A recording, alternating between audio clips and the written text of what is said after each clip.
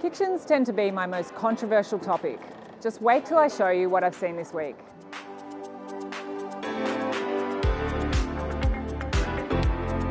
There was a strong attempt to resolve the sink and/or cooktop in the island conundrum with heavy and complicated mechanisms.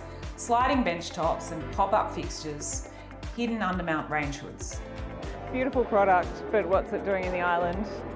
My thought was, wouldn't it just be easier and more effective if you put your sink or cooktop somewhere else?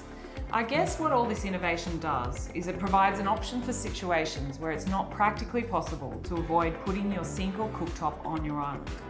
What this doesn't solve for is lazy teenagers. I can totally see my kids dumping the dirty dishes in the sink and closing the lid.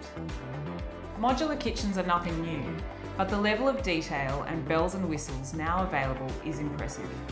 The dreaded corner cabinet is the bane of the kitchen's existence, so I was pleasantly surprised to discover Boffi's solution to this tricky space. This is one way of dealing with an awkward corner. This corner pantry with pocket doors is the best I've seen. We've long been accustomed to perfectly integrated appliances like fridges and dishwashers, but things have gone one step further. Gaggenau have taken the integrated kitchen concept and run with it. An induction cooktop invisibly integrated into a Dekton kitchen countertop. The only sign of its existence are the front-mounted knobs and a singular light to signify when it's turned on.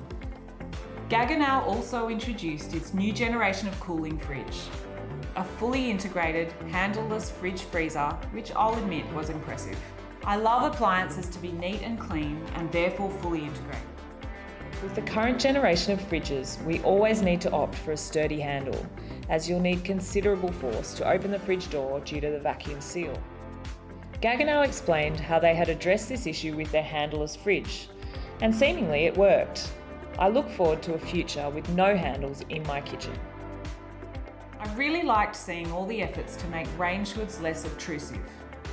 It is hard to say whether or not these are effective, as I have not used them in real life, but given the consistently poor performance of most Rangehoods on the market, I feel that the time is right for innovation in this space. I'd be very keen to give them a try. AI was the buzzword of the week. It was being thrown around to describe everything. A Roomba's ability to avoid obstacles? AI. A washing machine that will customise the amount of water used based on the weight of your load? AI. These are just mildly improved versions of already existing technologies. AI simply hasn't come far enough to really make a difference. Nothing blew me away. I do anticipate that year on year technology will continue to improve and some elements will become standard.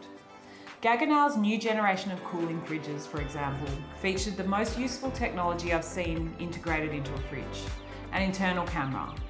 If I can check on the status of my milk and cheese supply when I'm at the shops, this is a giant step forward for man. Where I can see AI working alongside this technology is if it started to note the changing nature of my family's food consumption, particularly as the kids grow up. Other appliances I love that make life easier include Miele's self-cleaning ovens. Again, this technology has been around for ages, but from the demonstration I witnessed, they do seem to have kicked things up a notch.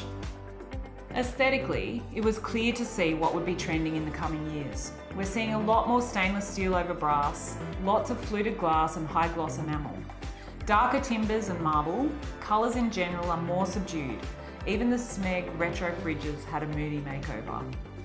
All in all, I'm excited for the future of kitchen design. Technology will only continue to make our lives easier and easier, and the options for customisation are seemingly endless.